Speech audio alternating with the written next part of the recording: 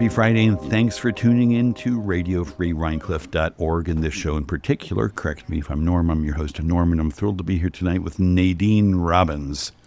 Hi there. How are you? I'm doing good. How you doing? Also known as Nadine Robbins. Nadine Robbins, yes. And you said you lived in France for a while.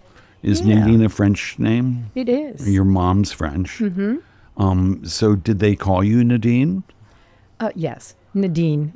People like from Canada, they'll call me Nadine, or in the Midwest. Oh, isn't that funny? But here, there's Nadine. In the Midwest, there's a different pronunciation as well? I don't know why, but, when I've gone to Chicago, that's what people say, Nadine. And what about down south?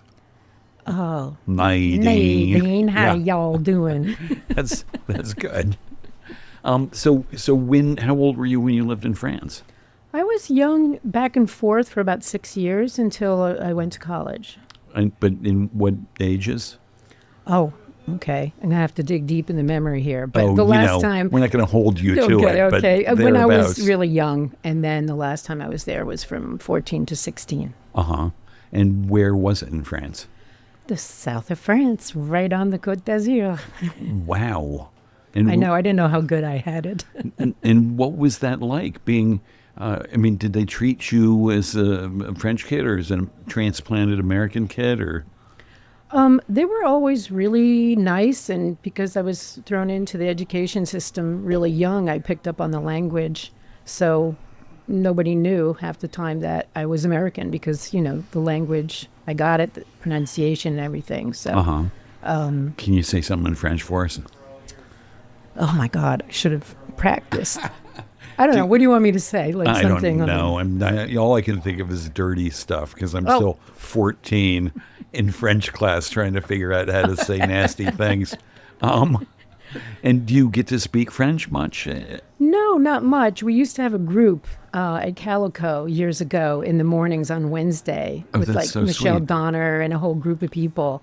We practice it, which is, was nice, but I don't have a chance to practice it that much. I liked Calico. Is it Calico or Calico? Well, however you pronounce it, I liked that place. Talking about the place right just south of the bistro and across from the Beekman liquor Arms store. Yeah. So it was fun. That was good to practice. Right. So that's good. It's a beautiful language. Yeah. And has it helped you in your American life at all? Has it come in handy? No, not necessarily. It's kind of fun if somebody's speaking French. If they say something bad about you, you can be like, lock that in your back pocket. Does that happen often enough? No, but somehow I would. It's not a nice side of me, but I'd like it to happen so that I could just turn around and just say, It's a dream. I think there was a Seinfeld episode. Is there really? Yeah, where they went to this Korean manicure place or whatever, and all the women were talking, and George brought his dad. What's his name? Stiller. Yeah. Who happened to speak Korean, and he's like, oh, they're saying this and that. Okay, I have to go find that episode. The delight. I'm not fluent really in anything, but it must be such a delight to overhear stuff when people assume you don't speak the language. Yeah. I don't know. And in the times that's happened, and this is not why you're invited in to talk. Free association, right? Whatever. That's it, baby. In the times that's happened, did you ever come out of the closet, let people know, hey, you're saying you're talking smack, but I understand everything you're saying? I haven't been in that position yet. Your silence. Yeah, pretty much. Smart. I don't actually tell people that I speak French, and somehow, right? I don't know. It's somehow it came up on Google. It did, yes, and so no, I like to speak French. I just think that I don't want to go into it. And have you shown your paintings in France? No, but I've been thinking about it actually. The west coast of France has oysters, wonderful oysters. And I haven't been painting oysters for a little while, but I've been kind of toying with the idea of getting back into it. You've painted a lot of oysters. A lot of oysters, over the course of your painting career. That's how which I is began. not that old, really. No, I've only been at it for 15 years, which Sounds like a long time, but from an artist's perspective, I think it's a really short amount of time. Oh, it's hardly anything. Yeah. And yours is one of the few promos. I do a little promo every Friday to put on Facebook and Instagram where I said, go to your website. Like, here's the URL. Oh, go thank there. you so much for that. And look at stuff, because, it's one thing to hear me say, holy crap, that stuff is so beautiful and so gorgeously rendered and expertly drafted. It's so perfect. And I'm just in awe of your talent and technique. So, Thank you. So I wanted people to have some idea, our dozen or so listeners. If they're A dozen listening. or so. Yeah. I think I got a few people who are listening today. Yeah, that's good. Thank you. Hi, guys. Hi, guys. So oysters. How did that happen, that you started painting oysters? Well, I grew up outside of Charleston on the Isle of Palms for a few years. My dad was a doctor at the Citadel, and he always took us out on the boat. We could grab oysters out of the water, eat them. It was great. And so it was always... Would you eat them right there? Yeah, but they're not... I mean, they're better boiled. Right. But nevertheless, we used to do that, and it's like a core memory. And so I've always loved oysters. So there was always a search for the oysters. And I found myself in Wellfleet looking for a painting of an oyster. And all I could find was shells. It didn't have like the liquor and the meat on the inside, right? Right. So The my liquor. husband, the liquor is the liquid inside of an oyster. And it's called liquor. It's called liquor, yes. I know, right? Yeah, I'm not a fan of oysters, so it all seems really gross to me. Yes. Well, it's they're not snot. It's not like snot. It's not. It's really tasty, but it's briny and all that. So anyway, my husband just said, Nadine, well, why don't you paint something? Because I paint from time to time here and there. I was like, okay. So I got into it, and he was a sneaky person, and he took the JPEG and he sent it to Your a gallery. husband.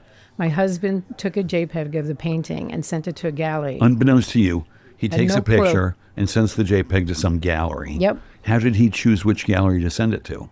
Well, there was one gallery in Wellfleet. We were on the search for the the really good Wellfleet oyster. That's why we were in Wellfleet. And so there was a gallery called the Flying Fish Nice Gallery, I name. think. Yes. And so, he sent it, and literally like the day after, the guy called and said, I love this. You got anything else? I was like, no, but I'll send this one to you. And then that's kind of how it started. And did that gallery sell it? He sold every piece, most of them that I gave them. Yeah. Wow. Over the years. Yeah. Are they still there? Yeah, definitely. And do they still... Frying Pan Gallery, by the way. The Not Flying Fish. That's a restaurant. The Flying Pan. Gallery, yes. And do you still show with them? Not now, no. I've kind of moved on since I'm not doing oysters. But he sold prints for a while for me. Right. And That's good. But, you could make... Are the prints limited editions? So, once you sell out of, an edition of 12 or whatever, you can't make anymore? Right. Well, there's different ones. I think that what I like to do is have open editions as the smaller, more affordable ones. And then when I print things out really big, I have limited them depending on which painting it is. Right. Huh. And so who does the fulfillment on prints? Do you do that? You get an order? Do you have a printer, or do you take it somewhere? Yes and yes. The smaller pieces, I have a really cool Epson printer in my house that prints 16 inches wide. And there's a place down in Cold Spring that prints beautiful, huge prints. Right. And what's the biggest print you typically will sell? Well, I mean, if somebody wants to order a custom one, then I would do it any size they want. But I do think I have something on my site or something that's almost 4 by 5 feet. Right. I think. Yeah. It's huge. And how did you find the place in Cold Spring? I studied for a few years with a guy named Paul McCormack in Beacon early on. And he told me about them. Right. And that a lot of the different artists that he works with would go there to get the prints. And since then, I went over to go check them out, and they're just, on it. They frame it. They'll do it all. So it's pretty cool to have that resource. Oh, here. that's amazing. Yeah, yeah. And then that gets folded into the price, and it sounds like a pretty good way to make some extra money. Yes, it is. And for collectors to be able to have a Nadine Robbins without spending like 20 grand or whatever. Yeah, that's true. Yeah, Which is what I imagine some of the big ones go for. They do. Yeah, it's a lot of work, and I've had people say, well, your work is so expensive or it's too expensive, and I always say, well, they're not expensive, they're valuable. Right? It's kind of different, right? Yeah, I mean, totally different. I like that. The last painting I did, the one of Juma Sultan, took me about close to 300 hours to do that painting, 4 or 5 months. Right. And tell people who Juma Sultan is. Juma, what a great guy. Juma Sultan is a percussionist who played with Jimi Hendrix at Woodstock. Pretty cool. And does he live around here? Yeah, he lives over in Kingston. Okay. And a friend of mine introduced me to him because he thought that I would think he'd be a great person to paint. And yes, he was right.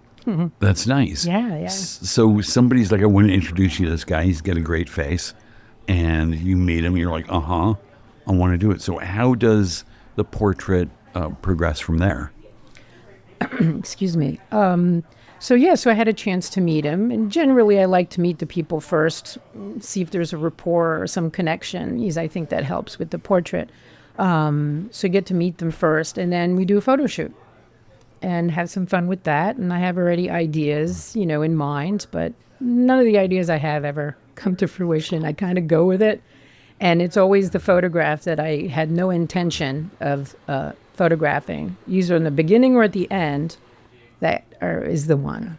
So for Juma, and again, people can see this in your website, right? Mm-hmm. What was your idea going in that you later jettisoned?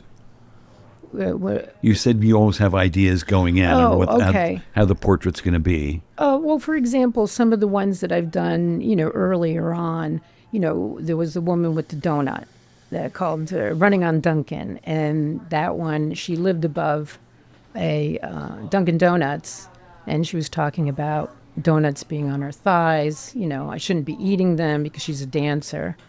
And I just brought up some donuts up to the photo shoot.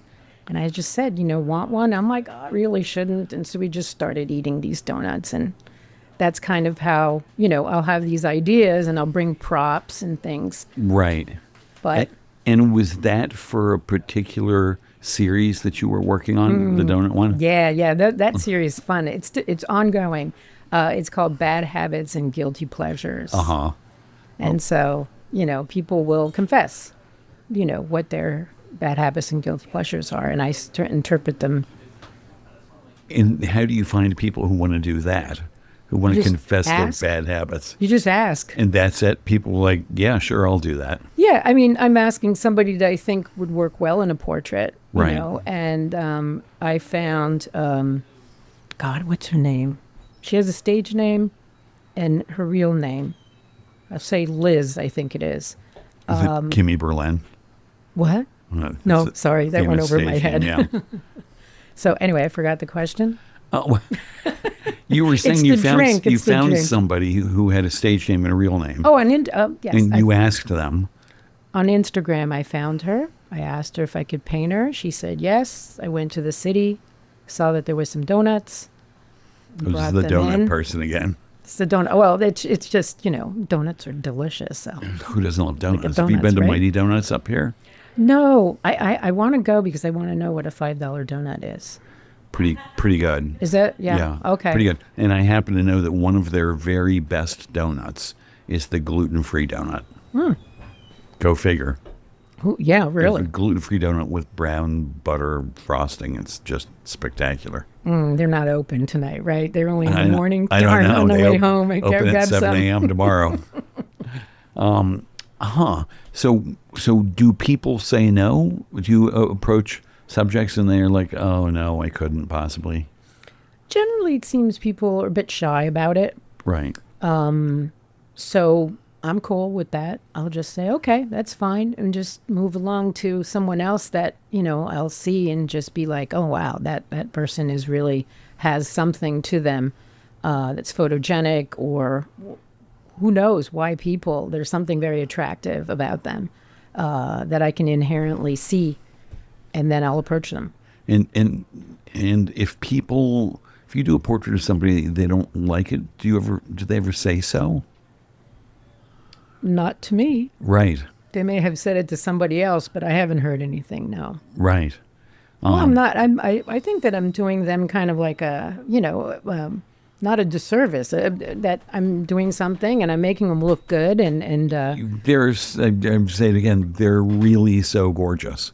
Thank you. And so I would be surprised if anybody didn't like it. But also, if they didn't, I'd kind of be surprised if they would say something like, "Oh, thanks for the 400 hours of work."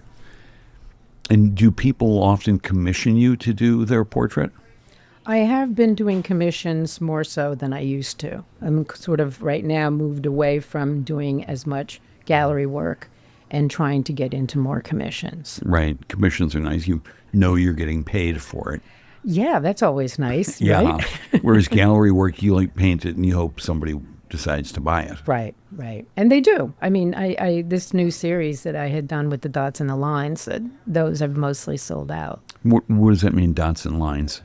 The new technique that we were talking about, where the dots and the lines, and I figured out a way to do hyperrealism without it being like an exact photo replica. So you look at it online, it looks, like a photo, but if you were to look at it really close, it's no longer a photo. It's just dots and lines and colors. And is this a technique you read about or invented yourself? Or it's a technique that I had to deal with because of an eye injury. Oh, and I happen to know, but let me ask, what was the eye injury? I had a inflammation thing happen after I took a flu vaccine. A flu vaccine. And one of the side effects was something called optic neuritis, which would basically, my eye just little by little after a few days just was gone. The vision was just gone. It was black. It's crazy. Gads. That's terrifying. Yeah. So it's going black, and you rush to the hospital, I'm guessing, like holding my eyes going black. I didn't know what was going on. It was really weird. Everything was very sparkly.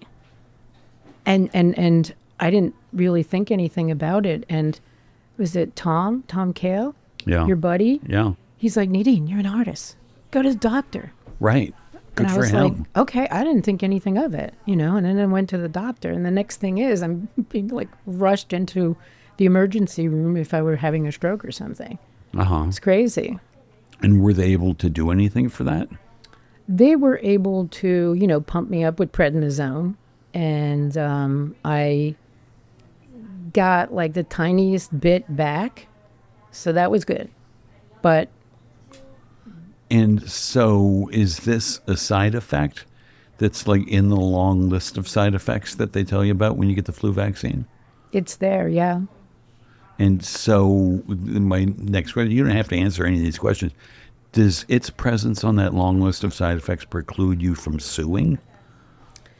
Well, we're going to have to thank Clinton for this, that he made a deal with corporations that when it comes to FDA-approved drugs, you cannot sue the manufacturers, but they created a fund that you can apply to the government to get some sort of compensation back for something like this. And I'm guessing you applied. I did. And were you happy with the compensation you got? Yeah, it was okay. Uh-huh.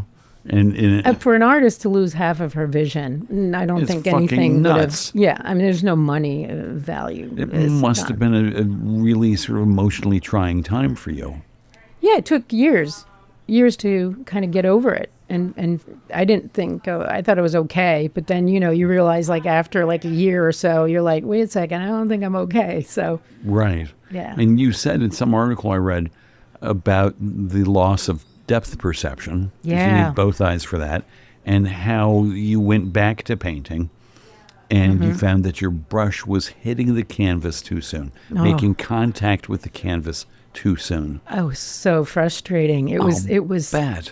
I was like, oh, well, okay, I'm going to be polite here. I'm not going to use the F word. I was just Oh, close call. It's- I can? yeah, Oh, it's awesome. internet I was radio, like, yeah. oh, fuck, I can't believe I'm hitting this. I just couldn't believe it. And I was like, this is going to be rough, but I'm determined. And so did you come up with some strategy to, have that not happen? For a while, I had to put a patch on my right eye. It was just sort of weird having the material, even though I couldn't see, having like something over my eye somehow made it easier to start playing around with the lines and the dots and to see if I could make this happen. And I went to go and look at Chuck Close and a lot of different artists, and is it Toulouse-Lautrec or something who did that one painting where they're at the water in Paris and it's all this dots? Seurat. Well, that was a big mistake. But different things Same I would look era, at. similar era. Right. So I studied and I was like, wait a second, I think I can do this. And it really kind of opened up. And what was really cool about it is that I had already been playing around with something similar before the eye injury. The lines Which is and dots. which is really weird. But, the universe, I guess, was just like, it's time to make a change, I guess. All right, so prior to the eye injury, you're playing around with this idea of like dots and lines. Why? How did you get there? What attracted you to that technique? I was ready to move on from just, traditional portraiture. I wanted to add some more texture. I wanted to be able to do things a little looser, but yet still stay, realistic. Right. So that, the portrait that I did with the leather gloves, Yeah. that was done before the injury. Okay. And it's different when you look at that and then what I do after the fact. Right. Which, it seems like it would be. That makes sense. But when you look at them before and after, can you describe the difference that you see?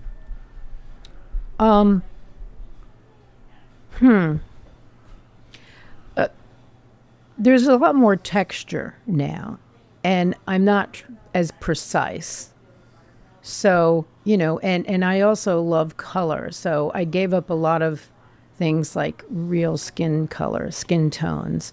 And, I still play with soft and hard edges to create realistic, but when you're doing your traditional, there's a lot of that and much softer.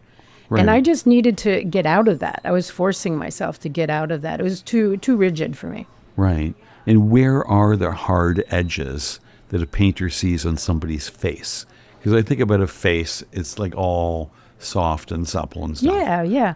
Well, it's a trick that you do in realism, is that what's closest to you is painted in more detail with tighter edges. Gotcha. And when it's away, it's soft. Right. And you can do that with every plane, if that's the right word, on your face. Right. So like the nose, the tip of it's going to be super, tight and focused, Right. where you start getting towards the back of it and you'd soft. But you would do it for the eyes too, in that area, or the ears, so each part is going to be this back and forth of soft and hard edges. That's how you get the realism. That's amazing. I never. It's really cool. It really works very well. I think about that in a landscape. It's like, well, here's this sign, and there are the mountains in the background. But I never thought about that. A face. What is it, like 8 inches from nose to the back of your head or something? It's not a big distance. Yeah, I'm not sure. I've not measured. But Right. what's an interesting way of presenting it is something where you're looking out the window and your eyes get stuck on the screen. Yeah. You don't see the distance. Right, but the then window you focus the window screen, right. Right. And then you look in the distance and it's in focus and everything, but yet you can't see the screen anymore. Right. So it's a little bit like that you're playing with the focus. Oh my God. Have you ever painted a subject through a screen? No. The idea of it would be like torture. Like, it no, sounds no, like no. a living hell. Yeah, you say Hard that. enough. I'm but not going to you- make my job. But you routinely spend 300 or 400 hours Yeah. on a portrait, like 3 or 4 or 5 months Yep. on a single portrait. Yep. It's challenging. Right. You know, it's funny, for the first time, and I've never said it out loud, but I was watching. Okay, we got a scoop. Yeah, you get a Exclusive scoop right a here. little Yeah. bit here. I was watching a live feed on Instagram, and somebody had asked this artist, well, what part of the process do you like the best? And she said, everything but the painting part. And she's a realistic painter too, and really good one. And I just was like, I called her and I was like, man, you said that. You've given me permission to say what I feel sometimes, which is that it's exciting, the photography, the concepts, printing out color, doing all these things. Right. And then you get to the painting and it just gets more and more complicated. And you stress no matter what. Right. It's tedious at times. And is that part tedious? So it's less interesting than the thinking up ideas and taking pictures and coming It's up. very mechanical. It's just you have to just get into the flow. Right. And you said something a little while ago about painting with just the one eye. You talked about your use of colors changing. Was that connected? Because that didn't seem to make sense to me, that having just one working eye would make your relationship to colors and painted colors No, that has nothing to do with the eye. I just okay. always liked really bright colors, and Right. I just wanted to add that into the mix. Okay. Actually, Gotcha. again, like any creative ideas, half the time it's a mistake. So I hit something in Photoshop, and I was like, "Ooh, that's so cool," and decided to go dial with the it. vibrancy up or Yep, whatever. saturation all Yeah. the way to Yeah. 100. Yeah. And do you get a hard time about that? I mean, the paintings are super colorful, and some of them look like they're just sort of pushing the limits of being true colors, and super saturated. Are there factions of the realist painting world where they're like, no, you can't do that. It's too Lots. Lots. Can we hear some of that? Some of the cattiness going on in the realist world? Well, you know, I would have to say that no one has said it to my face. We were talking about it before you got here. Yeah, thanks, Oh, guys. yeah. But I can tell in how people respond to your work online, newsletters, things like that, or you talk about them. You could tell that there's like, blank face or lack of enthusiasm in words. And, I'm pushing sort of more into pop, I guess, art, but I don't see it as pop art. But And so it wasn't premeditated. You're just sort of following your heart, yeah, your color heart. yep. But you see now that it's happening, even if it wasn't premeditated, that you're getting into this pop art kind of palette. Yeah, and it makes sense having been, a graphic designer for many, many years, that I love color and how they relate to each other. And I just tend to be somebody who's really bold, Right. and I love red, has always been my favorite color. And sort of that showed up in my work. And Right. Huh. And so will people make nasty comments on Instagram like, oh, that's too saturated, or why don't you go back to what you... No, the only comments, the one I got from a recent painting that I did was, ew, how could she model like that? Oh, geez. The painting I did of the woman who has the white jean jacket on with the American flag on Oh, her yeah. back. Is that Lindsay? It's Lindsay. Yeah, Yeah. I don't know. And so She was a curator way back when. yeah. That's how I met her. That's She when I met her, curated yeah. me into a show. Oh, where was it? At Bethel Woods. Well, that's where I met You her. were there? Oh, Yeah, really? Oh, yeah. Robert Haidt was also part of that group, Yeah, too. it was a really nice show. It was a great show. Yeah. Yeah. Oh, that's funny. Isn't it? Yeah. So, so somebody said ew because they didn't understand. See, for people who are listening, this painting, she's nude, but you can't see anything other than her behind. And she is a very voluptuous, beautiful woman, and I enjoyed photographing her. Like, I got so many photos. Right. I love. It's the second most perfect behind I've ever seen. And the dimple. It's the When dimple's she saw nuts. the photo, she was just, Nadine, you better put that dimple in. And I was like, Oh, yes, really? yes, yes. Yeah, That's funny. she was all Because for I it. saw that. I think I saw the dimple for the first time today or yesterday looking at your work. And I was like, oh, I wonder if Lindsay was happy with that. Yeah, So very. That's so good. Yeah, yeah. Oh, it's great to paint people who are artists. They just Uh-huh. let me do what I want to do. I love it. And people who aren't artists are maybe a little more heavy-handed. Not necessarily. It just depends on the person, the personality, if they're Right. willing to, push the limits. And, I wouldn't say that Lindsay's painting is pushing the limits or anything, but, some people don't like it. Yeah. They think it's horrible. They're like, how could she show herself like that? And I'm like, well, she seems to have no problem with it. She loves her body. And how cool is that, right? Right. Yeah. Huh.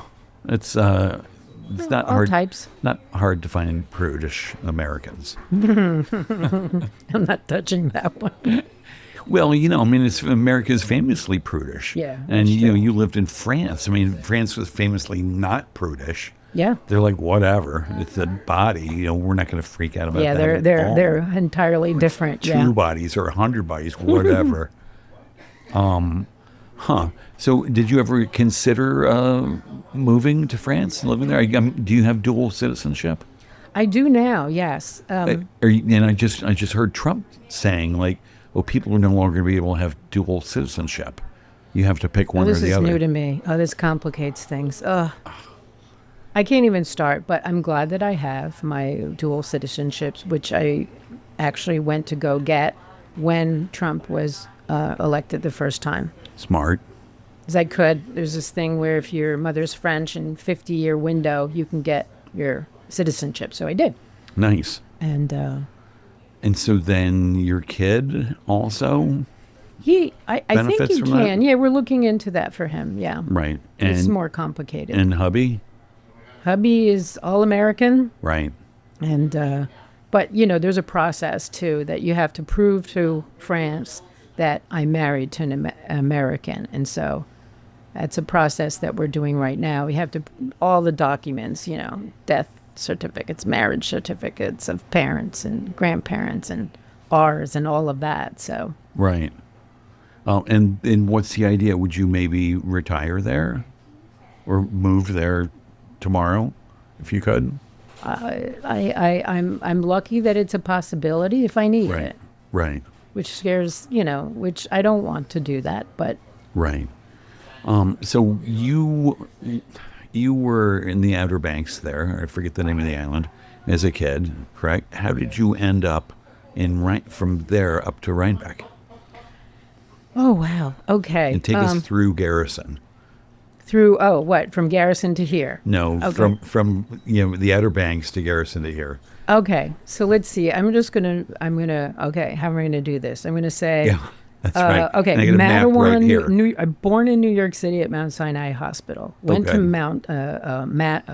Mattawan, New Jersey. Uh-huh. Then Charleston, then North Carolina, then Massachusetts, then another place in Massachusetts. Right. You said And your then dad I went to France. was at and the then Citadel. He was an army. Yes. So there was a little bit of that. Okay. And so then France, and I came back to the States to go to college. Went to SUNY New Paltz. And then basically since then have stayed in the area. Went down, lived in Brooklyn, did my thing, and then just was like, I met a country boy. And that was that. So we moved country in boy. from my country. Well, I'm saying it, and he's a great guy. And so he just will not go to the city. He doesn't want to have anything to do with the city. So he likes it up here, and I don't blame him. No. So we lived in Rhinebeck for a long time. And when my son was in 6th grade, we felt it was the time, if we were going to move out of the area to a new school, then, we should do it now. And so we found a place over in Milan that's in a different school district. And Right. I've been there for a while now. And did you want a different school district? Were you not happy? Not necessarily, no. I was pretty happy, but it worked out really well because he went to Pine Plains, and it was a really, really good school. Very underrated. Right. Everybody was super nice, and he really did, in many ways, thrive there. So, Oh, that's great. yeah, totally cool. Huh. So back to Garrison. In one of the things I read about you, you said you met this country boy, and he was in New Paltz, and you were in Brooklyn. You shouldn't call him country boy. He's probably listening. He's going to be mad at me. Yeah, yeah. No, I met him in a New Year's party a long time ago. 88, I think it was. Yeah. Uh-huh. Yeah. And then you started dating back and forth from. Yep, I was living in Brooklyn, and we met at a New Year's party in New Paltz. Uh-huh. And was he living in New Paltz? He was living in New Paltz, yeah. He was up in SUNY Buffalo, and then he had come back to New Paltz where he grew up. And then I met him at a party, and, a few little hiccups, but pretty much 3 months after that, we were been inseparable since. Love that. Right? Married 33 years? That's pretty good. Congratulations. How did that happen? That's some kind of record. I wonder That what is. percentage of marriages make it to that length of time. I don't know the numbers, but Not too not many. Yeah, really. yeah. Like I said, he's a good guy. Is that the secret? What's the secret to the marital longevity? Respect. Oh, look, you had an answer right there. Yep. It's a pretty good start. I mean, if you lose respect, I would imagine for me, if I lost respect for my husband, then, Right. I feel it was kind of over. And is he an artist as well? Though, deep down, his parents were both artists, actually. Uh-huh. And so he has creativity, but it's more music, woodworking and just a personal thing that he does. But he completely appreciates art, Right. 100%. So That's so great. sweet. Yeah. And he's, I'm guessing, a big booster of your work. He's a super fan. I love the oyster story in Wellfleet. Yeah. And during that trip to the Cape, did you ever find like the perfect Wellfleet oyster? No. Oh, no. Oh, yes. I mean, you mean yeah. like To eat, yeah. to eat. Oh, yeah. No, we always eat like, I don't know. Leave a long weekend, you've probably eaten 10 dozen oysters. It's ridiculous. Yes. And can you really taste the difference from where they come from? Yes, 100%. Yeah. Like the West Coast, and I'm speaking with half knowledge here, but up in like Washington State and up there, they're really almost creamy, buttery, like savory, which you can't eat a lot of them raw because you could get really grossed out. You're better off boiling them. Yet when you come here with the cooler waters and going up into Maine, Nova Scotia, they're very briny. And so and it tastes like the sea. Right. So if you like, salt water, yeah. It's And good. if you grew up around the sea, that's probably very comfortable. Yeah, absolutely it is. So if you could have any oyster from any place in the world right now, a dozen of them, or however many, which oyster would you choose? God, I've had so few based on, every little inlet, every little area has its own oysters. Their flavors are based on where they're located. Right. So you could have an oyster in one place and a mile down the road it's something different. I've been really into Fisher's Islands oysters. They're really so fresh, and they're great people, small farm, and they send me oysters. I send them prints for their for their fundraising events. Oh, I love that. And I get oysters in exchange. That sounds like a pretty good Oh, deal. it's a really good deal. Is there a season for oysters? There's always that an R thing Yeah. that they have in the months, but Yeah. that's not entirely true. But the water does need to be cold. Which is don't eat them in months that don't have an R in them? Yeah, right. Don't. Yeah. Like only eat them in months that have an R in them. No, the other way around. You only want to have The them when mon- it's cold. Like, so you Right. want June, July, August. No. Don't eat them. No R. No R.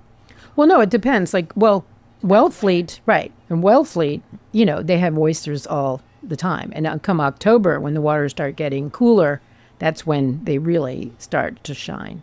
And so do you all go on vacations to places like that often?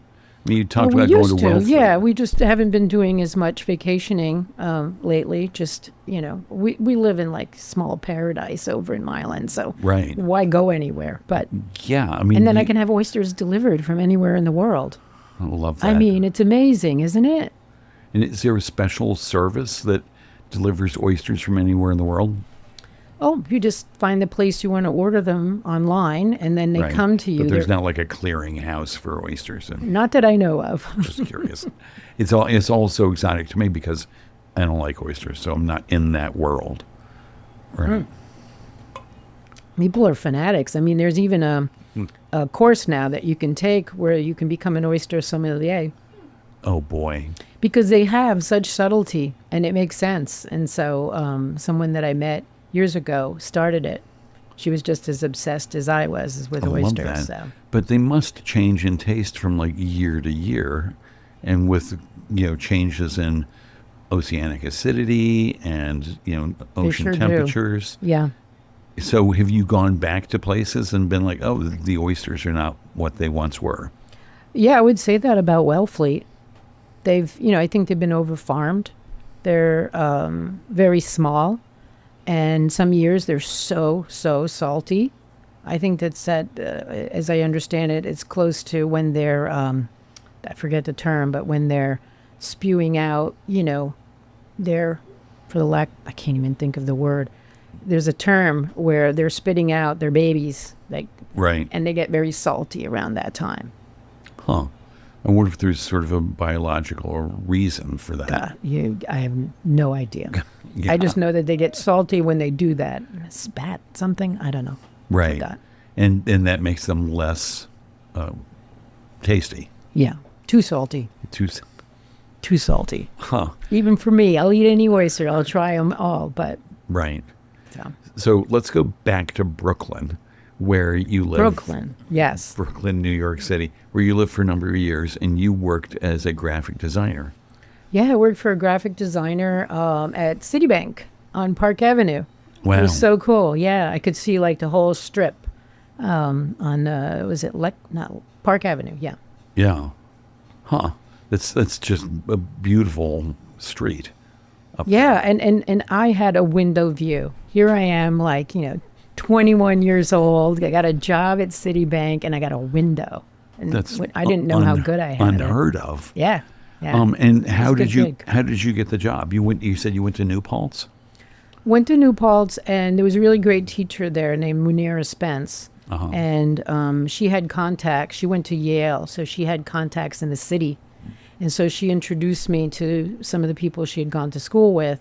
And those things didn't work out, but they had told me about a headhunter. And that headhunter got me the job. Wow. So you went to the headhunter. You had a portfolio, I'm guessing, Mm-hmm. and like 20 or so pieces in your portfolio. And they were all graphic design, no sort of industrial design stuff. No, I was definitely print, flat, 2D, yeah. Right. And what were some of the pieces in your portfolio? Do you recall? Oh, yeah, yeah. No, my thesis show was a satire, which I'm exploring now as a whole new body of work about the travel industry. So the show called Truth versus Travel. And so what I did were these black and white collages of various things that I'd found in magazines and whatnot. And I kind of, would come up with a title on it that was not very nice about, Chicago or London or Paris or the various places Right. that I had developed these huge posters that were like 4 by 5 feet. I think there's like 8 or 10 of them. Wow. I think I still have them. It sounds more like an art project than a graphic design project. Well, that was the beauty of what I loved about SUNY New Paltz in their design department is that they looked at graphic design as an art form. Wow. And so I was able to, express myself creatively that way. So Right. it was really, it seemed like a really natural, progression when I couldn't take design anymore. It was a great to place start for a painting. designer and artist to be. Not what I would think would make Citibank want to say, oh, let's hire this person. Well, the guy who it was the art department at Citibank, and the guy Jack Odette who ran that department very much wanted people who loved art, went to museums, because he thought that fundamentally as a graphic designer, your creativity is what's most important. Nothing Right. else. Everything else can be learned, is technical and whatnot. Right. So you land at Citibank. You said you're 21. You had a window office looking down Park Avenue or up Park Avenue. And what kinds of things were you doing for them? Oh, we did all sorts of great projects, but a lot of it, at the time that I went in there, they were redesigning the Citibank logo. So I got to redesign it Wow. with a team and redevelop the whole brand for worldwide. That's pretty and huge. Did their annual report. Yeah, Right. no, it was intense. It's a lot of responsibility for a kid. We had a team though. This was a good thing. Right. Pre-computers, by the way. Right. This was back in the days of pastes up and Right. X-Acto blades and stitches to prove it, right? How often did you get stitches in your fingers from slicing them? Mostly in school, and I still, Right. yeah, I had a really bad one on my one finger. Right. Yeah, I did that. Last time I did that was a few years ago. Just like trimming something. Yeah, you yeah, know, just, not really paying attention. yeah, that's when it happens, yeah. Yeah. So how long did you stay at Citibank? I was there about 2 years Uh-huh. until I kind of got pushed out and started freelancing for Chase. And then a few years after that, I couldn't take it anymore, and I just started freelancing for myself. Nice. And Then started the business, a few years after that. and were you in Brooklyn or up here by that point in time? I started the business in Brooklyn, but shortly thereafter moved up to Cold Spring. And what was the name of the business? Namaro Graphic Designs. And can you explain why it's called that? They're the first, Nadine Matilda Robbins. So I just took the first, Namaro. yes. Love that. And So I didn't want to do Nadine Robbins graphic design. I just, I sort of wanted to, no. have a company. It sounds more professional. Yes, it does. And so how did you get clients? Now you're out on your own. You've been at Citibank and Chase Bank, in great places to have been, big league stuff. What kinds of clients did you find? I did some old-fashioned design work. I created these great handmade brochures with ribbons and I don't know. It's just this whole thing. And I literally sent it to people and I could call them and they'd be like, oh, yeah, I got your package. And so, it's a funnel, right? The more you send them out. And so I would start getting clients from that. And then it was referrals. Right. I love that. So you made a whole sort of like package to send out to drum up business. Mm-hmm. And when they opened them up, which, sounds delightful already, sort of unwrapping them, what kinds of things were inside? Was it work for Citibank and Chase, or was it your own personal work, or? No, I did use some of the, the materials that I had from the different jobs that I had. Those, were part of my portfolio. But the piece that I would send out to them wasn't, those pieces from the portfolio. They were, it was this, like there was one brochure which was that, don't forget to call your graphic designer today. Right. And so what they got was a picture of a hand printed out, and then I had tied a ribbon on the finger, so to remind them. them. I would love that. And do you still have any of those pieces? The actual pieces? I have a few, but I lost a lot of them in an incident in my closet. An incident in my closet. studio. That studio's a real rundown, and I had carpenter ants, and they just destroyed. And I didn't think about it. I just sprayed everything, and because there were so many of them, it was awful, and it was like some sort of like that W movie, I with all those creepy things. It was so gross. It was so gross.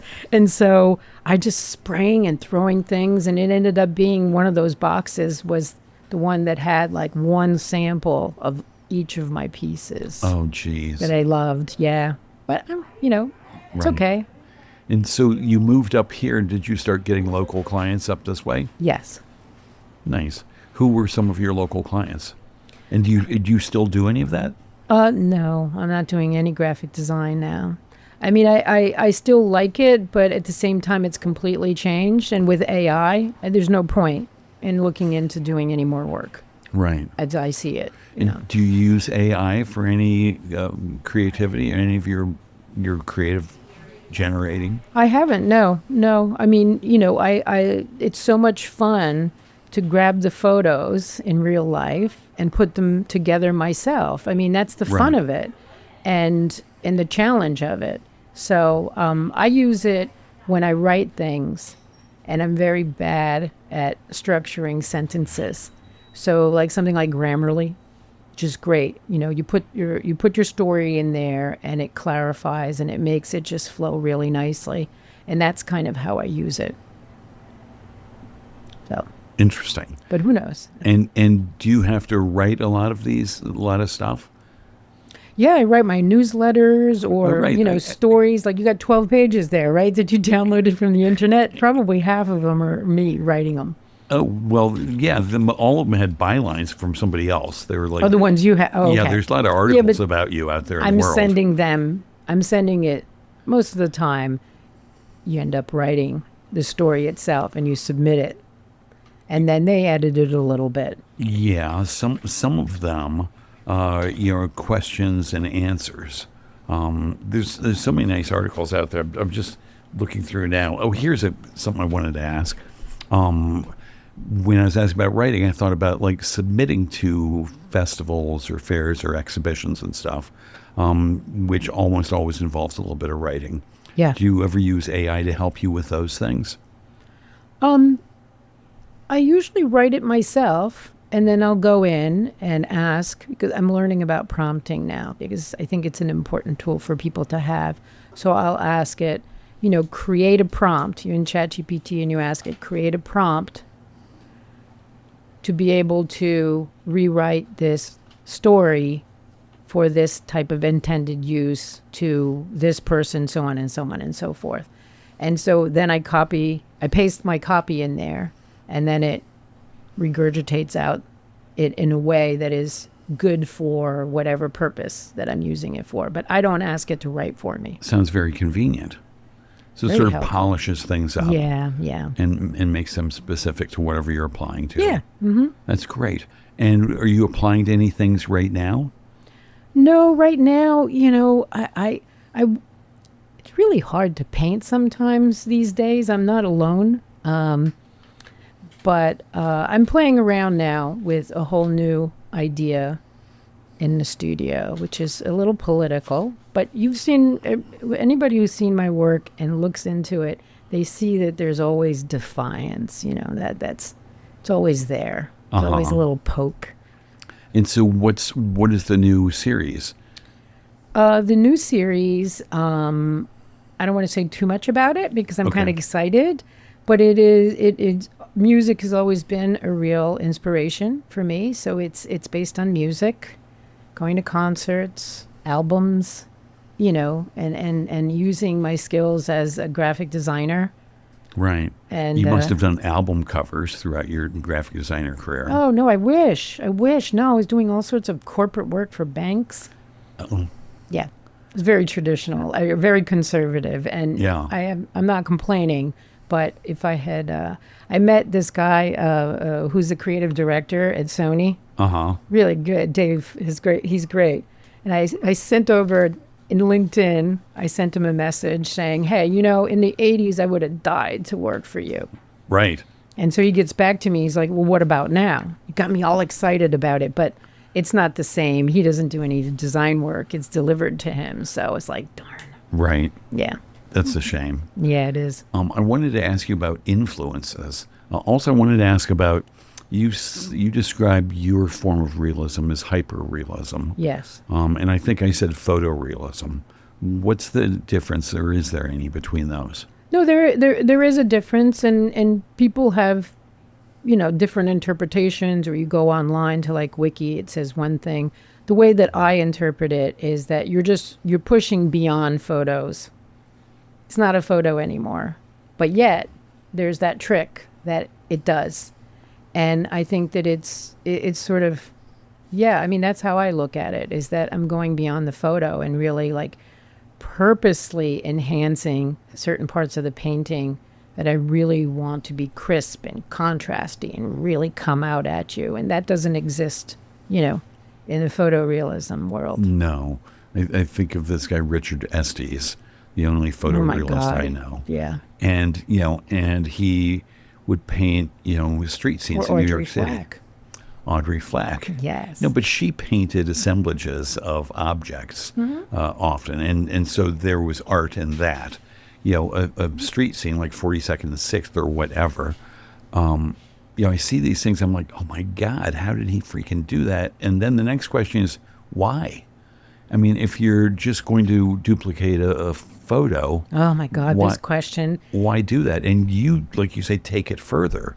And so that question, why, doesn't pop up. If I understand where you're coming from on here, people have asked me, maybe this will answer the question. People have asked me, why paint it? There's a photo, right? And so I see a painting has a much more emotional weight. So if I were to do like a Right. show, I've thought about it. Like if I did an exhibit of the photo next to the painting, then it makes total sense. Oh, yeah, now I understand. Do you ever do that? No, I've thought about it. It would be kind of cool to have a I'd show love because to then see people that. would be able to see the difference. Like, yeah, it's not a photo. Right. It's so much better. It's alive. Right. And the SD stuff, I mean, he's a famous photorealist. It's a little soulless. Some of them can be, yeah. There's people really, they're very excited and they get off on doing technical stuff and they love it. And it's great. And Absolutely. you do very technical stuff, but you add this extra thing. You mentioned Audrey Flack, who is a famous photorealist. Yeah. And did beautiful, very engaging paintings because you're drawn in to really figure out what are all these objects, why are they all together and all that stuff. Yeah. How was that painting sort of one of the champions of the genre? Oh, that was such an exciting year. 2023 was just fabulous. I'm embarrassed to say that I didn't know Audrey Flack until recently, 5 years ago or so. And that's because, history books had very few women in them.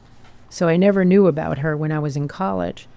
But when I went on this, I don't know how it came about, but I reached out to a friend of mine who has a podcast, and they had interviewed her. And I said, can you put me in touch with her?